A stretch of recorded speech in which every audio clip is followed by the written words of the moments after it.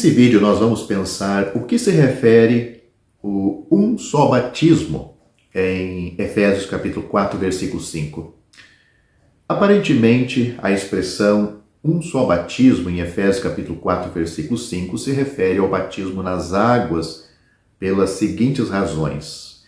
Tal interpretação está mais de acordo com o contexto, porque quando fala no Espírito Santo, se fosse o batismo em ou no Espírito Santo, como não acreditamos que seja, pois ele já foi mencionado no versículo 4. Ver o único batismo do versículo 5 como batismo no Espírito Santo parece fora de lugar aqui, pois é uma verdade coletiva posicional e não uma verdade prática ou individual, do qual trata aqui no capítulo 4, onde fala a expressão um só batismo. Portanto, nos três primeiros aspectos da unidade, que no total são 7, temos uma esfera de realidade, um corpo, um espírito, uma esperança. Estes têm a ver com a doutrina. Nos próximos três temos uma esfera de responsabilidade, onde diz um Senhor, uma fé e um batismo. Estes três têm a ver com o que é prático, ou seja, a obediência do crente.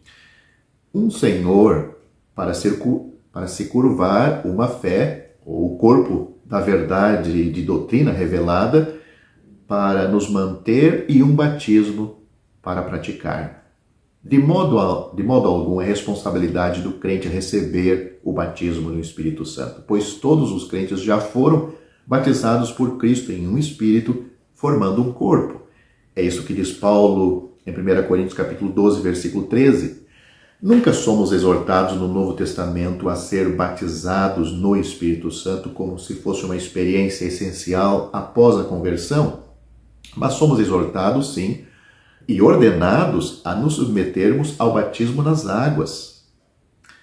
Portanto, finalmente, temos a esfera do relacionamento, neste versículo de Efésios 4, um Deus e Pai de todos. A ordem, então, desta unidade, que são 7, exige que a expressão um só batismo seja o batismo nas águas. Interpretar o batismo único em Efésios capítulo 4, versículo 5 como batismo nas águas está mais de acordo com o pano de fundo da epístola. Quando Paulo chegou a Éfeso, encontrou discípulos que só conheciam o batismo de João. Estes foram batizados novamente em associação com o Senhor Jesus. Você pode ler a história em Atos capítulo 19 e o assunto está no versículo 5. Assim, em Éfeso, houve um batismo na água contrário ao de João Batista. O batismo de João, comparado ao batismo cristão, era elementar, preparatório e nacional. Leia Atos capítulo 13, versículo 24. Seu ministério foi para Israel, ou seja, o ministério de João e a intenção do seu batismo era para Israel, mas o batismo em Éfeso foi substituído. O batismo de João em Éfeso, quando Paulo batizou aqueles discípulos de João, foi substituído pelo batismo cristão. Com este fato entendemos a força da expressão um só batismo em Efésios capítulo 4, versículo 5. É um batismo nas águas que agora não tem conexão com o batismo de João ou qualquer outro batismo praticado hoje, nem mesmo infantil, ou doméstico ou judaico. O apóstolo Pedro, falando aos religiosos da sua época, religiosos, mas não salvos, que fora de Cristo não há salvação. Note o que ele disse. E em nenhum outro há salvação, porque também debaixo do céu nenhum outro nome há dado entre os homens, pelo qual devamos ser salvos. Isso está registrado em Atos capítulo 4, versículo 12. É somente sobre esta base e nenhuma outra que você pode ser salvo. Se você deve ser salvo, então o pesado fardo dos seus pecados precisa ser removido. Se o pesado fardo precisa ser removido, a pena pelo pecado precisa ser aplicada em alguém. Se a pena pelo pecado precisa ser aplicada em alguém, então Jesus precisava morrer, pois a pena para o pecado é a morte. Você não poderia suportá-lo sem perecer miseravelmente. Assim disse o apóstolo João: pelo seu nome vos são perdoados os pecados. 1 João capítulo 2, versículo 12. Não pelas obras que você possa praticar, nem pela sua moralidade, mas pelo nome de Jesus. A resposta não poderia ser mais simples. A misericórdia flui hoje mesmo. Não por meio de alguma relíquia em alguma cidade santa, nem por meio do toque de alguma mão santificada, mas de um vitorioso e ressuscitado Cristo no céu. Pode-se ter acesso a Ele estando em qualquer lugar. Toque nele, ou, em outras palavras, se preferir, creia nele e você será salvo. É somente pela fé. As Escrituras são conclusivas quanto a este ponto. A salvação não é por meio das obras, nem por fé e obras combinadas, mas somente pela fé.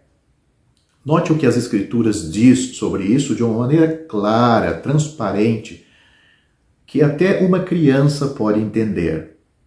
Porque pela graça sois salvos. Porque pela graça sois salvos por meio da fé. Isto não vem de vós, é dom de Deus. Não vem das obras, para que ninguém se glorie. Esses dois versículos claros e maravilhosos estão em Efésios, capítulo 2, versículos 8 e 9. Mas preciso alertar que há ou existe multidões de pessoas que creem no que ouvem acerca de Cristo e do Evangelho, mas que nunca creram confiadamente no Senhor Jesus para a sua salvação. Talvez você diga admirado: o que quer dizer com isto? Não parece haver muita diferença? Pelo contrário, existe uma diferença da máxima importância. Suponhamos que eu esteja a passear com um amigo numa das ruas principais de alguma grande cidade.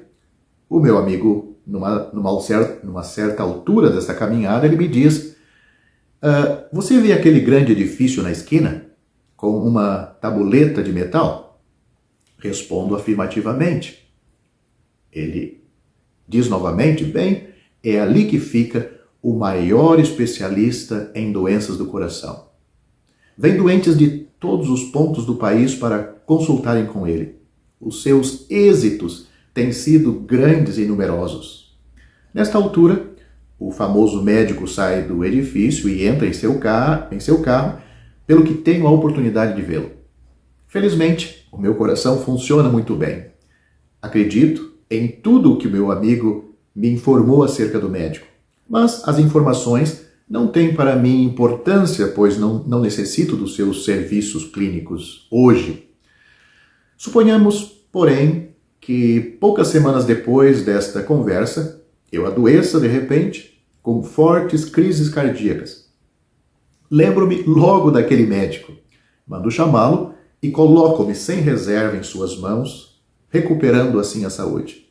Agora, já conheço o médico, conheço a sua perícia e quando falo dele, é com ânimo, pois estou grato por aquilo que me fez. Em resumo, entreguei o meu caso ao médico e descansei confiado em sua sabedoria e capacidade, enquanto antes apenas acreditava no que ouvia acerca dele. Esta é a única resposta sensata. Fé no Senhor Jesus, fé para a salvação, como um pecador perdido. Descansa nele, totalmente nele. Mas cuidado para não perder sua alma eternamente só por causa desta pequena questão. O tempo. Ou quando? Note o que a Bíblia diz. Eis aqui agora o tempo aceitável. Eis aqui agora o dia da salvação. 2 Coríntios capítulo 6, versículo 2, note, agora é o tempo aceitável, agora é o dia da salvação. Vá ao Senhor Jesus pela fé. Portanto, se como pecador perdido aos olhos de Deus, você tiver crido de todo o coração, tiver aceitado o Senhor Jesus como tendo sofrido na cruz por todos os pecados cometidos por você e tendo ressuscitado para a sua justificação, então o Cristo na glória é aquele em quem você está agora firme e seguro. Você está nos ombros e nas mãos do bom pastor, e ele nunca o deixará de assim conduzir até que o tenha introduzido no lar celestial. Se assim verdadeiramente creu, você já foi feito membro do corpo de Cristo, a igreja verdadeira, ligado ao seu Senhor pelo Espírito Santo. E agora, a caminho do lar, ele se alegra em reunir os seus em torno de si, fora do arraial, ou seja, do sistema religioso, da cristandade dos nossos dias. Reunido em torno de si e ao seu nome exclusivamente, até que ele volte para levar-nos todos a este lar, para estarmos sempre com ele e sermos semelhantes a ele, por todo sempre, na glória, para o seu eterno louvor.